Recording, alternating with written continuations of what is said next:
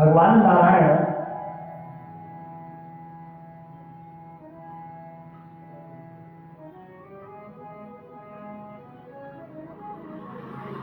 ये जो प्रभु हैं, जिनको हम भजते हैं, जिनका हम ध्यान करते हैं, चिंतन करते हैं, मनन करते हैं, क्या ये देवताओं पर ही कृपा करते हैं?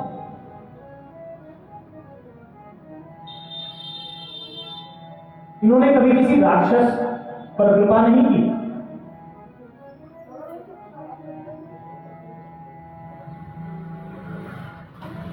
श्री सुखदेव जी महाराज कहते हैं परीक्षित क्यों नहीं की? भगवान तो सब पर ही कृपा करते हैं। जो भगवान को मान ले, भगवान उसी पर कृपा करते हैं। श्री सुखदेव जी महाराज कहते हैं परीक्षित ध्यान करो, सुनो। हिरण्याक्ष और हिरण्यकश्यप दो भाई। हिरण्याक्ष को भगवान ने 12 अवतार लेकर मुक्त किया, और हिरण्यकश्यप जो था, जब भाई की मृत्यु हो गई तो इसने घोर तप किया। घोर तप करने के पश्चात इसने क्या किया? वर मांगा ब्रह्मा जी से। वर क्या मांगा? कि मैं अमर हो जाऊं। सारे राक्षस जो है यही मांगते हैं कि महाराज मैं मरूं नहीं, मैं तो अमर हो जाऊं।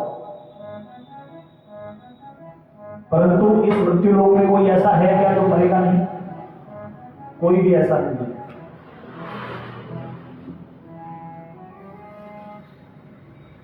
जब कोई है ही नहीं तो वरदान कैसे मिले? वरदान तो तभी प्राप्त होगा जब ऐसा विधान बना रखा हो ब्रह्मा जी ने। और यदि ऐसा विधान बना होता तो फिर ब्रह्मा जी सृष्टि करता, विष्णु जी पालन करता और शिव संहार करता क्यों होते? संहार की आवश्यकता ही क्या थी? फिर तो आप हम सब लोग ऐसे ही चलते रहते, पीढ़ी दर पीढ़ी बढ़ती रहती सब।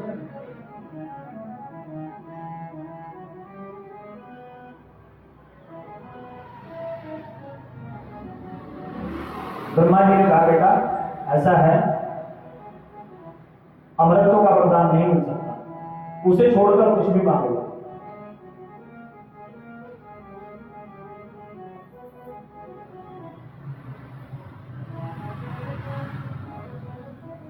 हिरण्यकश्यप ने कहा तो महाराज ठीक है, ऐसा करो, आप आपकी बनाई हुई सृष्टि में कोई भी जीव, कोई भी मानव, कोई भी दानव मुझे न मार सके। सृष्टि में जो प्राकृतिक रूप से बनी थी, जो आपके विधान के अनुसार बनी हो। कहा ठीक है। कहा नहीं, इसके साथ साथ और सुन लो। कहा कोई शस्त्र न मार सके, कोई अस्त्र न मार सके, कोई देव न मार सके, कोई दानव न मार सके, मैं दिन में न मरूं, रात में न मरूं, इन 12 महीनों में कोई भी महीना इसमें भी मैं न मरूं, मैं घर के अंदर भी ना मरूं, बाहर भी ना मरूं। ब्रह्मा जी ने कहा कुछ छोड़ेगा भी? कहा नहीं, बस अब आप देख लो कि मुझे तो यही चाहिए।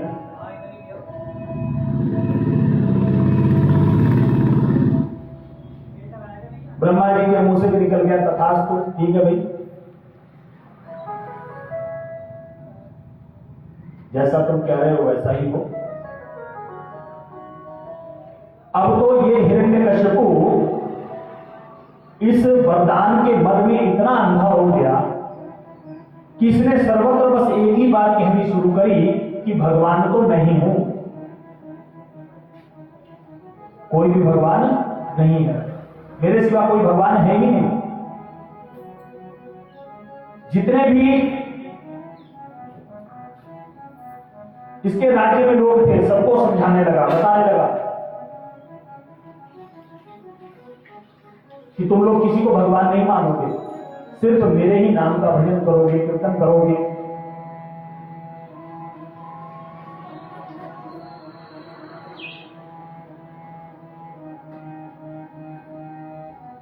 जितने ब्राह्मण थे सबको पकड़ पकड़ के मृत्यु दंड देने लगा।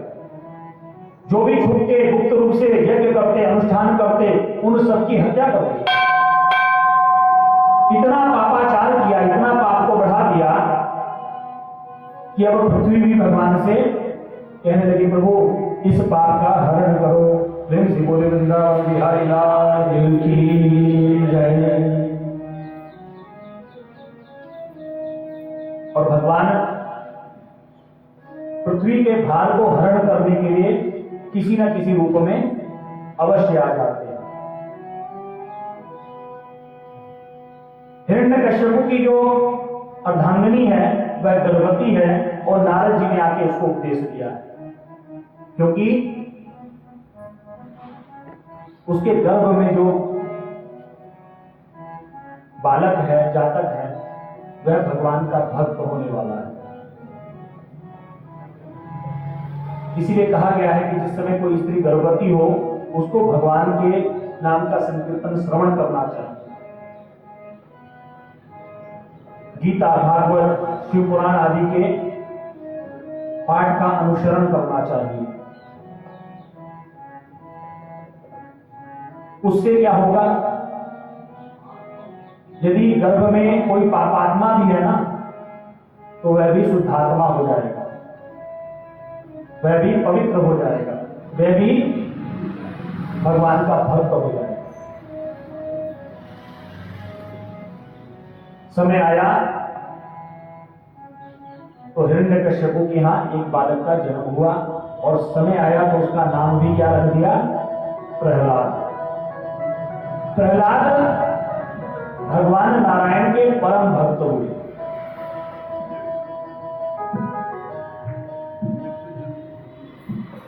कोई बालक जन्मजात ये कहेगा क्या नारायण नारायण, कोई नहीं कहेगा। ये विशिष्टता यदि किसी के अंदर थी तो मात्र प्रहलाद जी के अंदर थी। बालक जन्म लेते ही पहले रोता है, रोते हुए क्या आवाज निकलती है, मां मां, यही बोलता है। परंतु ये प्रहलाद जी तो ऐसे हैं जो रोते हुए भी कहते हैं नारायण नारायण। और ऐसा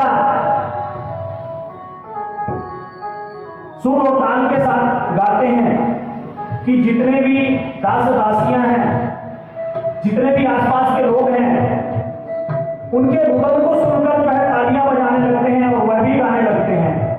और कैसे गाने लगते हैं, श्रीमद नारायण नारायण नारायण, श्रीमद नारायण नारायण नारायण, श्रीमद नारायण नारायण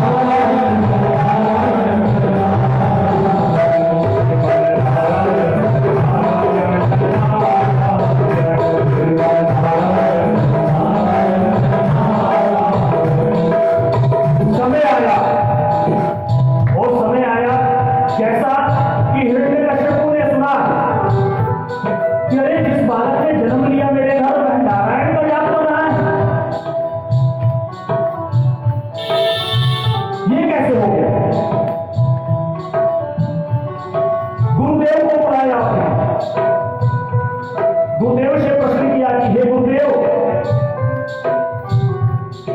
ये कैसा अद्भुत बालक हुआ है जो होते ही जन्म लेते ही नारायण नारायण जप रहा है। गुरुदेव ने कहा पुत्र चिंता मत करो, समय आएगा तो हम इसे तुम्हारा नाम याद करा देंगे, स्मरण करा देंगे। और ये अभी तो नारायण नाम ले रहा है, परंतु जब हमारे गुरुकुल में आएगा तो ये भी हिरण्यकश्यप कहने लगेगा।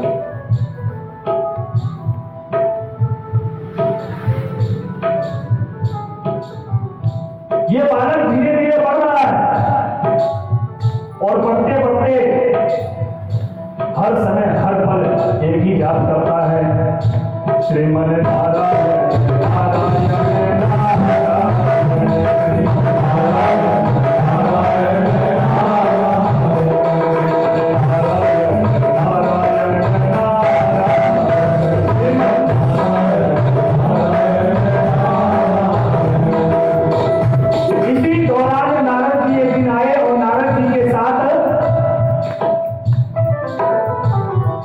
इस बालक की भेंट हुई। नारद जी ने दिव्य ज्ञान प्रदान कर दिया इस बालक को। चारों वेद कंठस्थ करा दिए एक पल में। 18 पुराण कंठस्थ हो गए इस बालक को। और जिसको स्वयं साक्षात नारायण की कृपा प्राप्त हो जाए, जिसको साक्षात नारायण के ही दूत आकर ज्ञान प्रदान कर दें, उसे किसी और ज्ञान की आवश्यकता है क्या?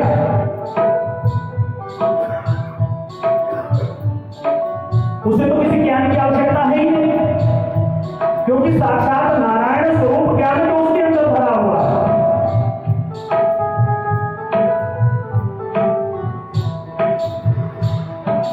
समय आया तो बालक को गुरुकुल में भेज दिया गया, जो कि गुरु जी ने कहा था कि जब मेरे यहां आएगा तो मैं इसको तुम्हारा नाम लेना सिखा दूंगा।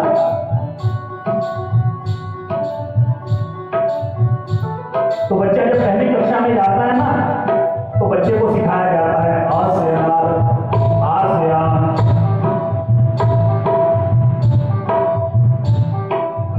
अब क से कबूतर भी होता है, क से कमल भी होता है कि नहीं होता?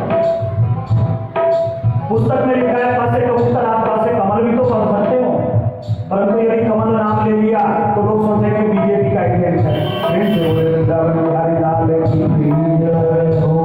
ना।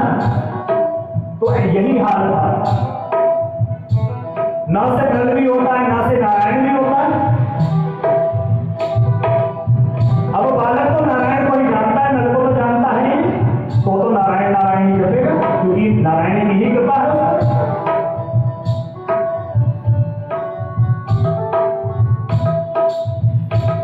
गुरु जी ने उसको सिखाना शुरू किया, ह से हिरण्यकश्यप पढ़ो। उसने कहा महाराज ह से हल भी तो होता है, हिरण्यकश्यप भी थोड़ी होगा। ह से हनुमान जी भी तो होते हैं।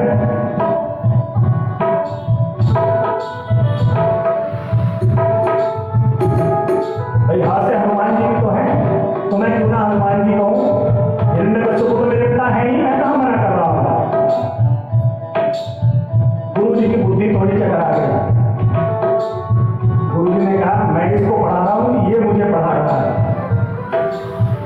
लेकिन गुरु जी किसी कार्य से चले गए बाहर, जजमानी राक्षसों की जजमानी करते थे। हिरण्यकश्यप के नाम से जो हवन कराना, उसी के नाम का यज्ञ कराना, और उस यज्ञ का कोई लाभ तो है नहीं। और उसी दिन प्रहलाद जी को अवसर मिल गया। 2-4 मित्र जो थे वो तो नारायण नारायण ही अपने लगे थे, जो प्रहलाद जी के साथ रहते थे। परंतु उस दिन पूरा का पूरा आश्रम बिल्कुल गुरु जी से खाली। प्रहलाद जी ने कहा देखो भैया, आज हम लोग एक खेल खेलते। कहा क्या खेल? कहा जो मेरे साथ रहेगा वो आनंद के साथ जीवन जिएगा, परंतु जो गुरुदेव के कहने पे चलेगा वह हमेशा कष्ट ही कष्ट पाएगा।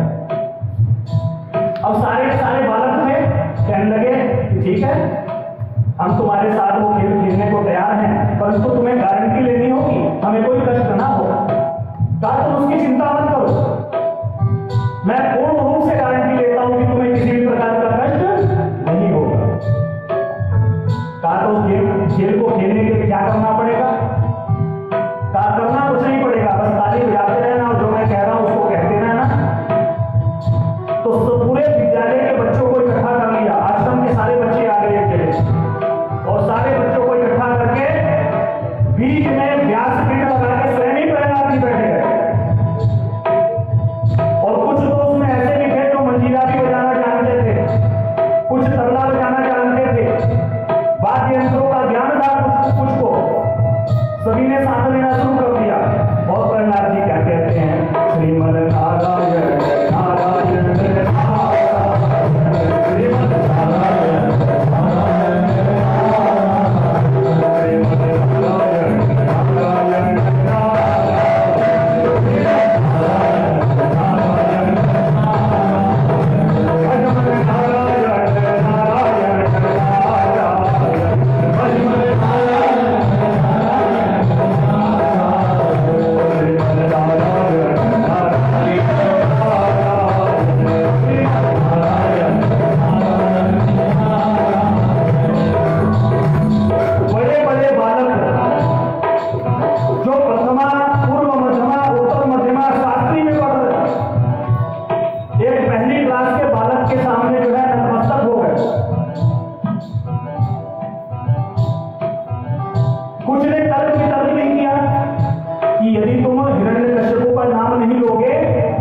तो तुम्हें मार दिया जाएगा, हमें भी मार दिया जाएगा। प्रहलाद जी ने बताया कि कोई किसी को नहीं मार सकता।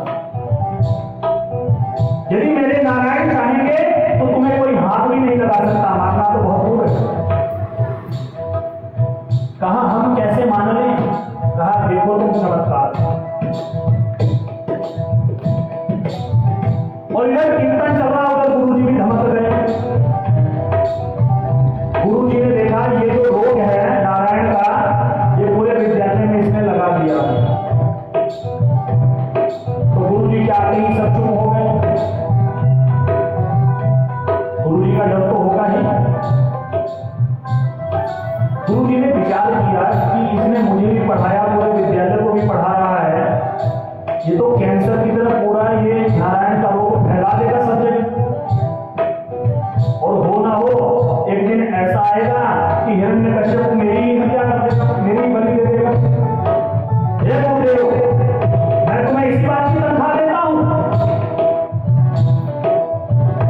कि तुम मेरा नाम छोड़कर नारायण का नाम जपवा रहे हो। गुरु जी भागे हुए हिरण्यकश्यप के पास पहुंचे। कहा महाराज बड़ा अनर्थ हो रहा है। हिरण्यकश्यप ने कहा अनर्थ कैसा अनर्थ? गुरुदेव बताएं।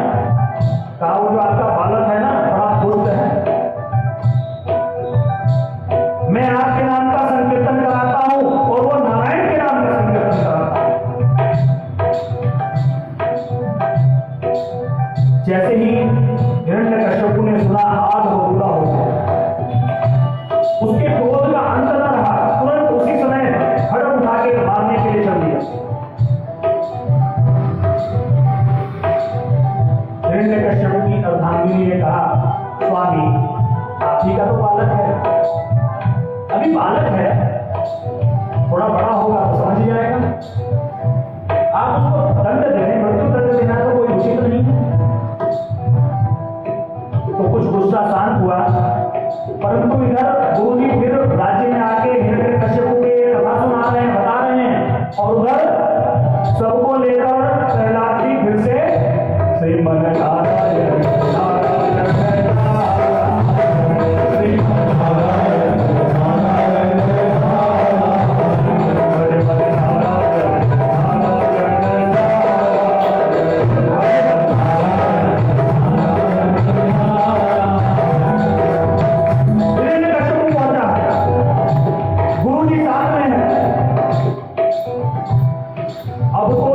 भगवान नारायण का नाम सुन के हिरण्यकश्यप के तन बदन में आग लग गई। तुरंत चिल्ला उठा, हे दुष्ट, यदि तू बालक का होता तो तेरी अभी हमें हत्या कर दे, तुझे मैं अभी मार डालता। मेरा बालक होकर तू नारायण का नाम कर रहा है।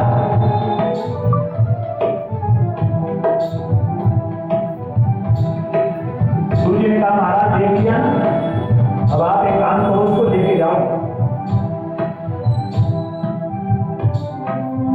2-4 दिन 10 दिन इसको अपने पास रखो। और उसके पश्चात जो है जब इसकी बुद्धि सही हो जाए तब मेरे पास आ।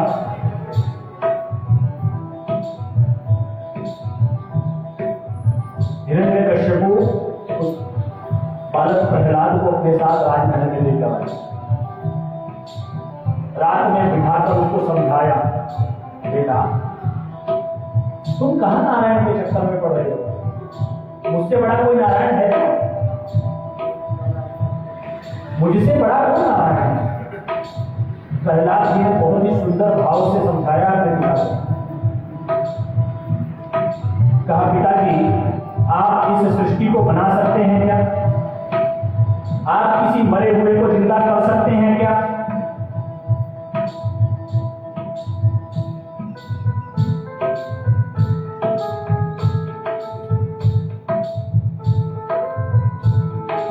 आप वही कर सकते हैं जो मात्र धन से हो सकता है। आप वह नहीं कर सकते जो मेरे प्रभु कर सकते हैं। हिरण्यकश्यपु ने मन में विचार किया कि ये बालहट है, ये बालहट है। कहा ना, बालहट, राजहट और प्रियाहट, स्त्री का हट भी उसके आगे भी नतमस्तक होना पड़ता है, इसलिए बालहट है, मुझे ही झुकना पड़ेगा। प्यार से समझा के सुना दिया। कहा, बेटा कोई बात नहीं, ये नारायण का भूत तेरे ऊपर से उतर जाएगा। प्रातःकाल हुआ, प्रातःकाल होते ही ब्रह्म मुहूर्त नहीं, प्रहलाद जी उठकर और पूजा स्थल पर जाकर लगे क्या बाजने, श्रीमन नारायण नारायण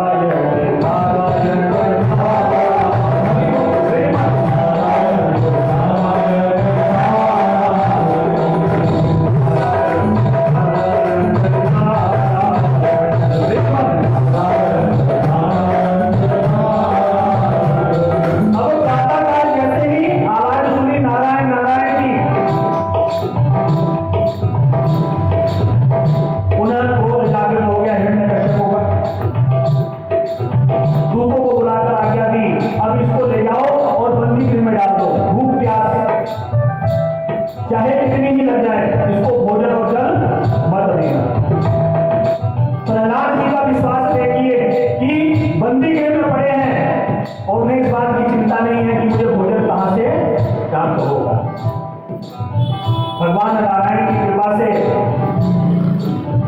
उनको भोजन भी प्राप्त हुआ और जल भी प्राप्त हुआ। ये भगवान की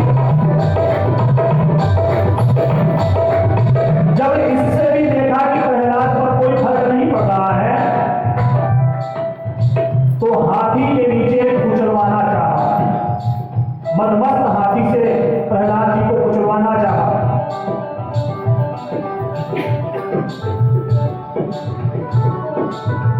वहां भी चमत्कार क्या देखा कि प्रहलाद जी नारायण का नाम जपते हुए वो हाथी जैसे ही प्रहलाद जी के पास पहुंचा है, बिल्कुल ऐसे शांत होकर बैठ गया है जैसे प्रहलाद जी ने ही उसको पाल रखा हो। श्रीमन नारायण नारायण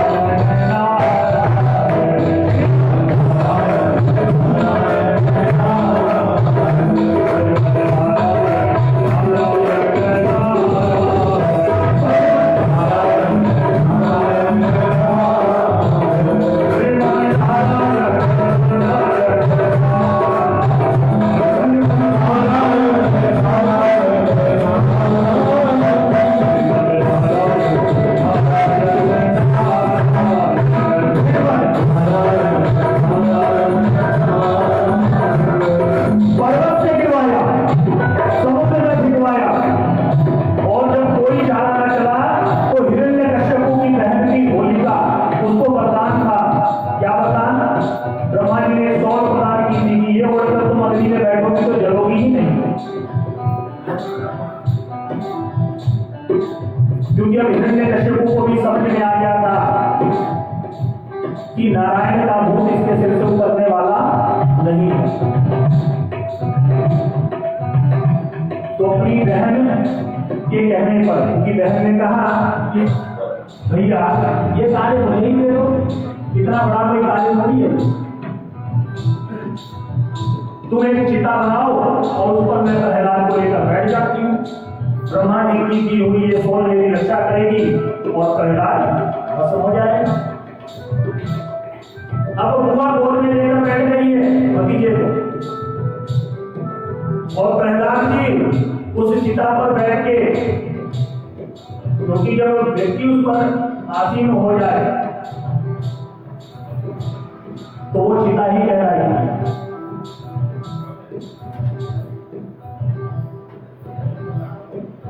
लकड़ियों का ढेर लगाया गया और उसके ऊपर होलिका अपने भतीजे को लेकर बैठ गई। प्रहलाद जी को गोद में लेकर बैठी और प्रहलाद जी निश्चित होकर भगवान का भजन करते हैं। और चमत्कार देखिए कि प्रहलाद जी तो जीवित रहे परंतु होलिका दहन हो गई। और जिस समय होलिका दहन होने लगी तो वो भी भगवान के नाम का स्मरण करने लगी और उसी भगवान के नाम के स्मरण से होलिका भी मुक्त हो गई, क्योंकि प्रहलाद जी तो पहले से ही कह रहे थे श्रीमन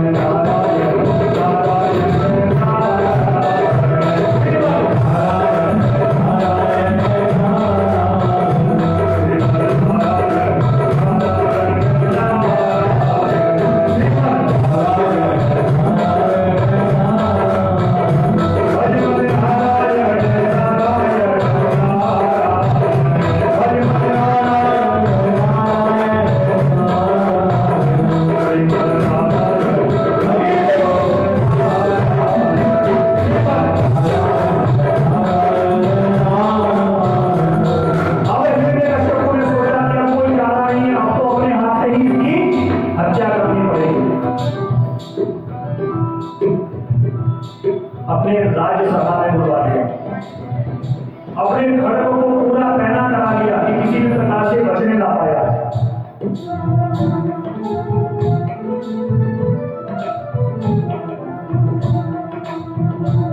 कहा प्रहलाद मुझे बहुत विश्वास है कि भगवान है।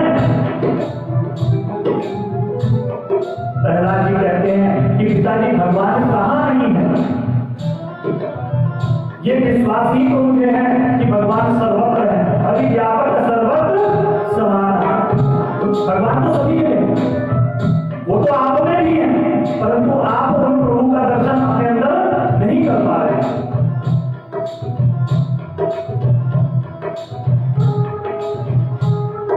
कहा बहुत बड़ी बड़ी बातें करता है, आज देखता हूं वो नारायण मुझको कैसे मुझसे बचाएंगे।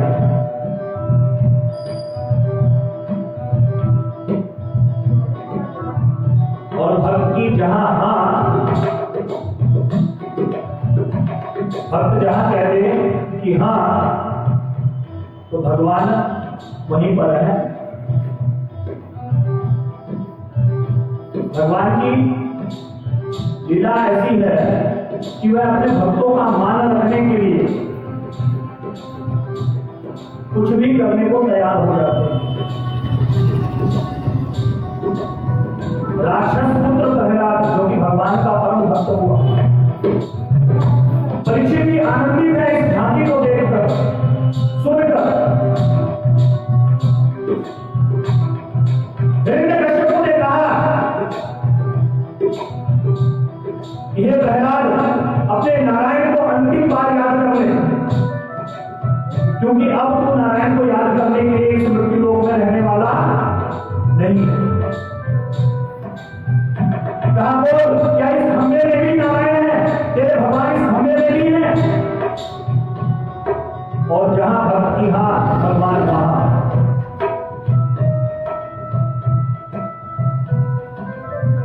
जैसे प्रहलाद जी ने कहा हाँ, मेरे भगवान इस खंभे में भी है, इस स्तंभ के अंदर भी है। हिरण्यकश्यप ने खड़ग उठाई और जैसे ही उस खंभे पर प्रहार किया, खंभे को फाड़ते हुए भगवान निश्चित प्रकट हो गए।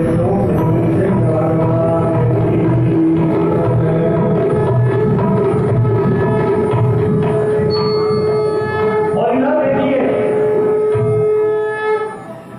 प्रहलाद जी भगवान के नाम का भजन ही कर रहे हैं। उन्हें नहीं पता कि भगवान वाकई वहां पर प्रकट हो गए।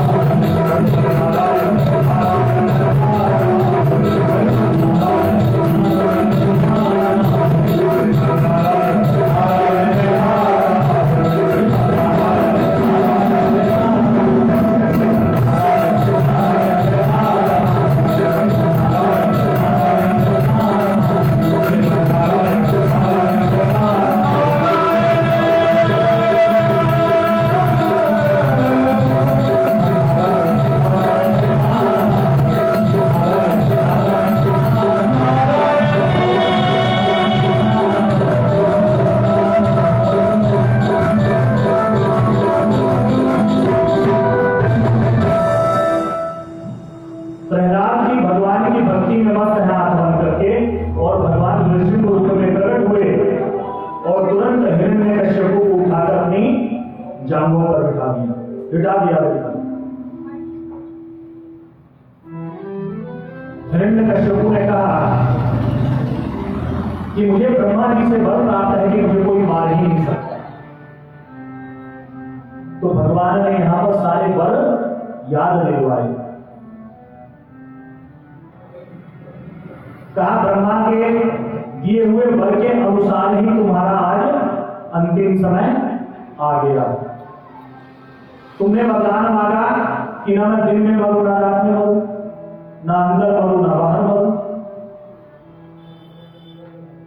12 महीने में से किसी में भी ना मरूं। तो याद कर लो, सब कुछ अलग ही रह गया। प्रकृति द्वारा बनाए हुए किसी भी जीव से मैं ना मरूं, देव से ना मरूं, दानव से ना मरूं।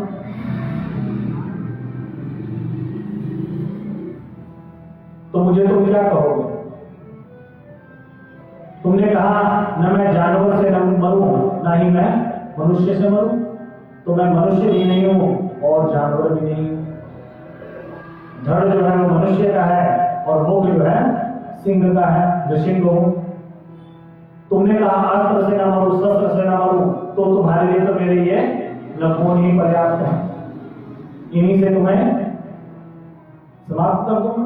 तुमने कहा ना ऊपर मरूं, ना नीचे मरूं, तो ना तुम जमीन पे हो और ना ही वायुमंडल में हो, मेरी जगहों पर हो। तुमने कहा ना मैं अंदर मरूं, ना मैं बाहर मरूं, तो देखो दहलीज पर रखा है तुमको, देहरी पर।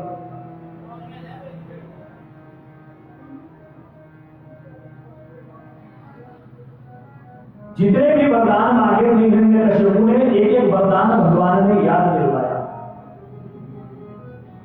और इतने क्रोध में थे प्रभु कि अपनी जांघों पर रखकर अपने दोनों हाथों के नखूनों को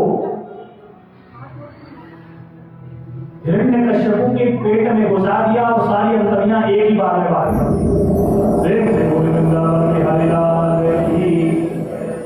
बोले लक्ष्मी नारायण भगवान की जय।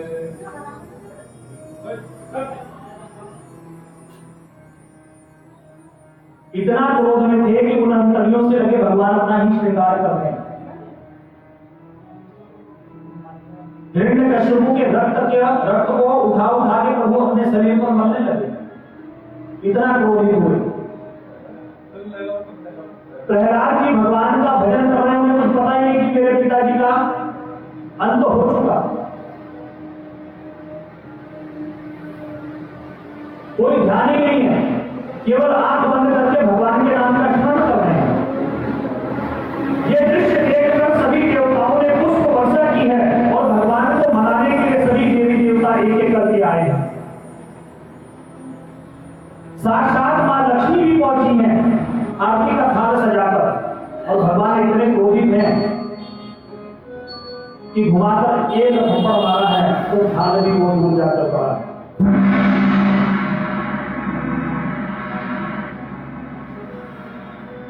त्रिलोकी में आज कोई ऐसा नहीं है जो नृसिंह जी के कोप को शांत कर पाए, उनके क्रोध को शांत कर पाए। तब सभी देवी देवता प्रहलाद जी के पास पहुंचे। प्रहलाद जी को कहा है, प्रहलाद भगवान सदैव अपने भक्तों के वश में होते हैं। हे प्रहलाद, यदि भगवान को कोई शांत कर सकता है तो वह तुम हो, अन्यथा उन्हें कोई शांत नहीं कर सकता। इसलिए जाओ और जाकर प्रभु के कोप को तुम शांत करो। प्रहलाद जी भगवान के सामने खड़े हैं और भगवान से हाथ जोड़कर प्रार्थना करते हैं, भगवान के नाम का संकीर्तन करते हैं। इंद्रादी देवता जो है वाद्य यंत्रों को लेकर इस संकीर्तन में नाचने लगते हैं, झूमने लगते हैं। और प्रहलाद जी के पास तो और कोई मंत्र नहीं है, बस एक ही मंत्र है, श्रीमन नारायण नारायण नारायण, श्रीमन नारायण नारायण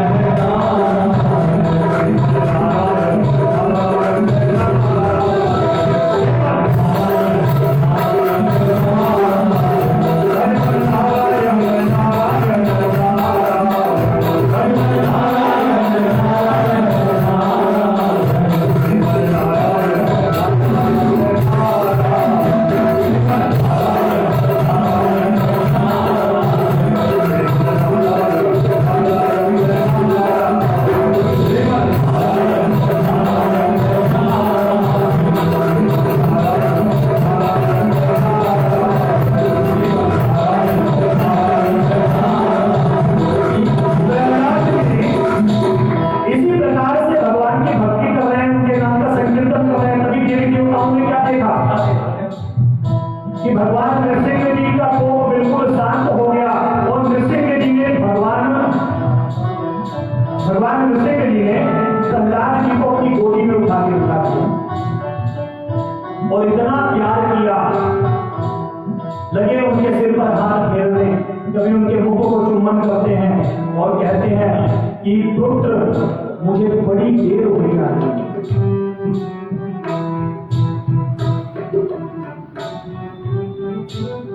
इतनी देर कभी आज तक मुझे किसी भी भक्त को बचाने में नहीं हुई, किसी भी भक्त के कष्ट को दूर करने में नहीं हुई। इतना कष्ट सहा मैं, बार बार मृत्यु को करीब से देखा, फिर भी कितना हुए। आज भगवान भक्त से माफी मांगते हैं, कहते हैं पुत्र मुझे क्षमा करो, मुझे देर हो गई।